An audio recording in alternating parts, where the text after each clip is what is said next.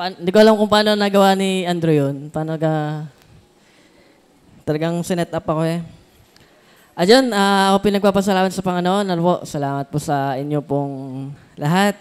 Salamat po sa Panginoon. Ano po, tunay na kanyang binubuhay pa sa kabila ng mga lapses and flaws. Diyan, ako po yung nagpapasalamat sa Panginoon. Sa message po kanina, ano po, yung pong kay Brother Henry, kay Kuya Henry.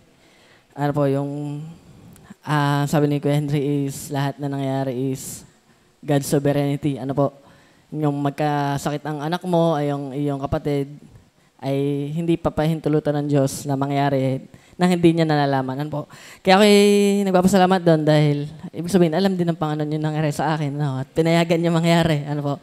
At hindi niya, hindi niya alam. Ano, sabihin ay alam ng Panginoon. At yun po yung pinagpapasalamat ko sa Panginoon dahil yun po yung pinahintulutan ng Panginoon at alam kong may purpose yun sa aking buhay at sa aking pamilya din. Ano? At yun, salamat po sa mensahe po kanina. Tunay na ako yung naging pagpapala. At yun nga po yung sovereignty of God. And then, ayun po, ako po yung nagpapasalamat din sa inyo pong lahat sa alam niyo po ninyo nangyari sa akin. Ano?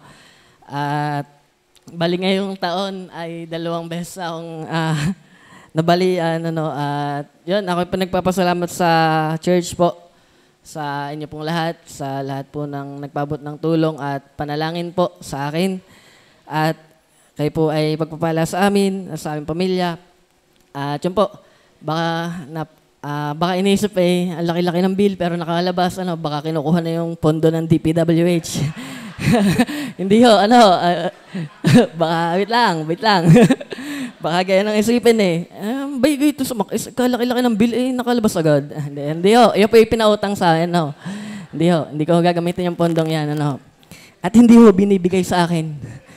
Sana ibigay. Joke lang po. At yun po, salamat po sa Panginoon at may ginamit po siya na nagpahiram para po makalabas nga po at hindi din po biro yung bill po doon sa ospital. At yun po ay biyaya ng Panginoon at yun po ay babayaran ko pa. Hindi ko gagamitin yung taxes. Huwag kayo mag-alala. At kaya po ay biyaya at pagpapala sa akin. Sa akin pong sa inyong mga love gift po sa akin at sa mga tumulong po. Alam niyo po lahat yun. Hindi ko na po kayo may isa-isa. At po naramdaman yung pagmamahal din ng simbahang ito sa lahat ng kapatiran. Lalo tigit po sa kay Madam na talagang kay Madam at kay Pastor na talagang abot-abot ang pagtawag halos araw-araw. Si Madam ay doon na nagstay doon na madala sa hospital at siya po yung nag-aasikaso doon dahil nga po siya po yung tumutulong at ako po yung nagpapasalamat sa kanyang buhay at sa aming pastor tunay na napakalaking biyaya po na meron po tayong pastor. Naisip ko kung kung tayo ay unbeliever pa, kahit sa panalangin, wala tayong Pero salamat sa Panginoon dahil may pastor po tayong gumagabay sa atin at patuloy pong nangunguna sa ating lahat. At yun po yung malaking biyaya. At pinagpapasalamat ko din po sa aking pamilya. At yun po ay pinagpapasalamat ko dahil sila po ay gumabay din sa akin at isa din po sa pinagpapasalamat ko is nakasimba na po si Ronan, yung matagal na po namin pinagpapanalangin. At yun po, nawa ay magpatuloy po yun na ang init, ay pinagpapawisan.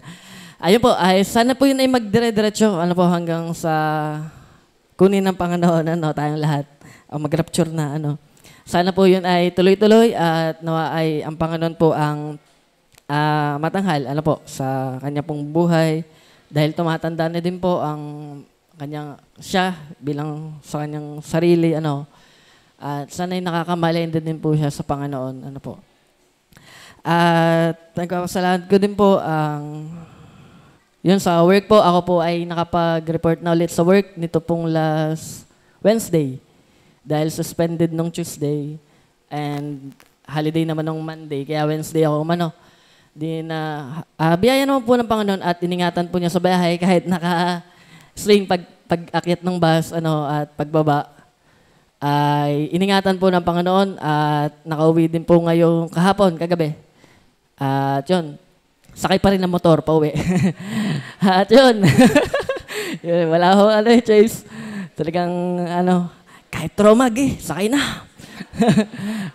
Sige po, at yun po, ako pinagpapasalamat sa Panginoon at sa work po ay nawa ay, yun nga lang po, medyo matagal na hindi nakapagtrabaho, kaya sana po ay ipag-pray niyo din po yung provision po ng Panginoon sa sunod naman kasi wala po akong naipasok po noon.